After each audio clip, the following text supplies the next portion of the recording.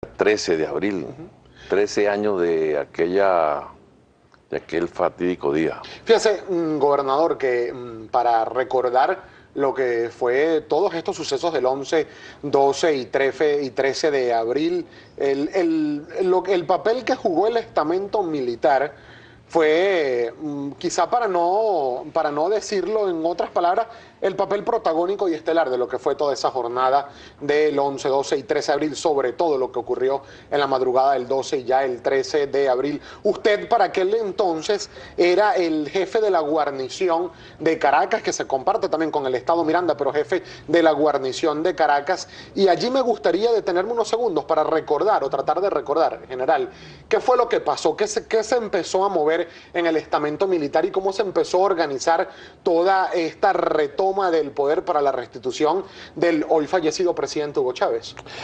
Sí, es bueno recordar lo siguiente. Tú sabes que la diferencia entre los hechos ocurridos con otros países, quizás con Celaya, te puedes ver que en Celaya el pueblo salió a la calle y salió con mucho entusiasmo para recuperar o rescatar a su presidente. Lástima que ahí no hubo, de la Fuerza Armada no hubo absolutamente nadie que saliera al frente de la institución. Para el caso de Venezuela fue diferente, ¿no?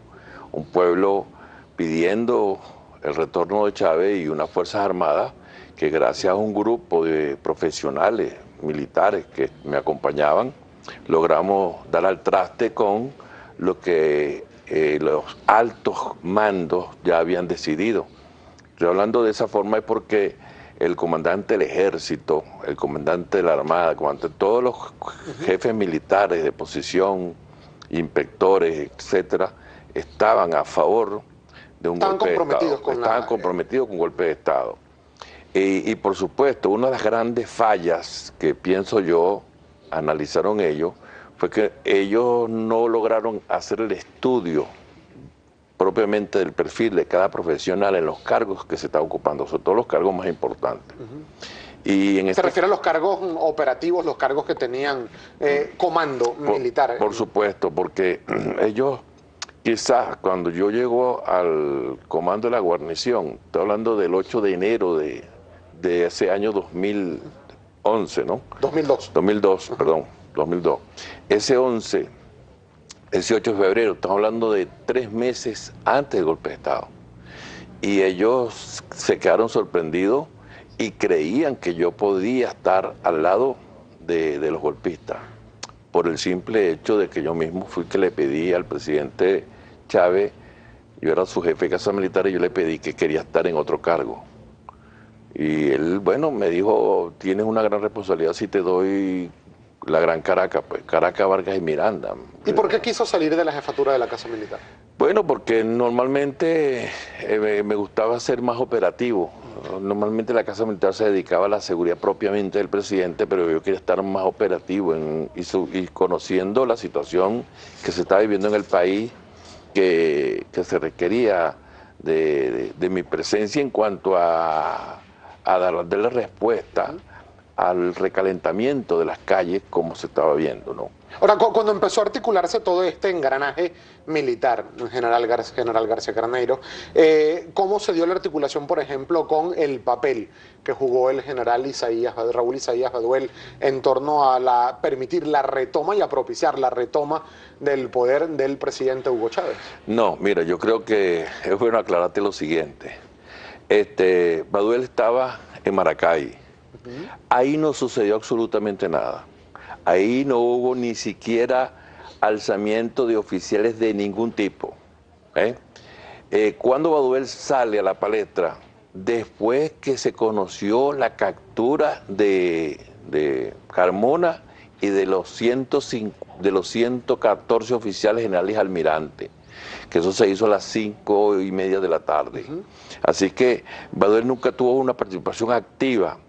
Baduel lo que hace es que una vez que es ministro de la Defensa, quiso posesionar en la calle de, ¿cómo se llama?, el rescate por la dignidad. Y ahí realmente ni hubo ningún rescate por la dignidad en cuanto a, porque tú cuando hablas de una operación de rescate tienes que hablar de medios, y ahí no se desplegó medio. Claro, Ahí general, pero en declaraciones posteriores a los sucesos de abril, hubo declaraciones del entonces presidente Hugo Chávez en este sentido, pero sí reconocía un papel importantísimo jugado por el general Raúl Isaías Baduel en el marco de la retoma del hilo democrático en el país. Fue reconocido por el propio presidente. Mira, te voy a decir, siempre dentro del contexto, todo lo que hayan hecho, lo mínimo que se ha hecho, sobre el solo hecho de no haber participado del otro bando, ya era un hecho notable, pues.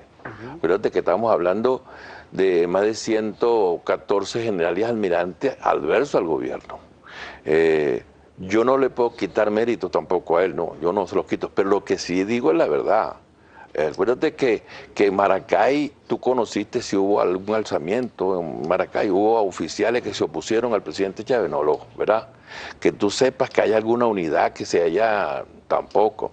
Todo sucedió fue en Caracas, la gran capital, donde todos los comandantes de fuerza, los inspectores, el alto mando se fue contra Chávez y ahí es donde estaba planificado todo. Bueno, los sucesos de Puente Llaguno, esa cantidad de personas que bajo la mira de francotiradores cayeron, todos los acontecimientos que sucedieron fue en Caracas. Usted para el entonces jefe de la guarnición de Caracas, ¿tuvo algunos indicios que le hubiesen permitido a usted sospechar de que se estaba preparando este golpe? Claro que sí, claro que sí. Mira, por ejemplo, entre los indicios, uno, el primero de abril salió el neto, que es donde cobran los oficiales, el neto de cobro de los oficiales, ya decía República de Venezuela, no decía República Bolivariana de Venezuela como se venía acostumbrando. Es un indicio. Segundo indicio, es cuando a mí me dan la orden de que tengo que irme del 7 de abril al 19 para conducir un ejercicio de campaña en el Vigía, Estado Mérida. ¿Quién le dio esa orden? En este caso, el comandante del ejército, Efraín Vázquez Velasco. Entonces, fíjate tú, del 7 al 19.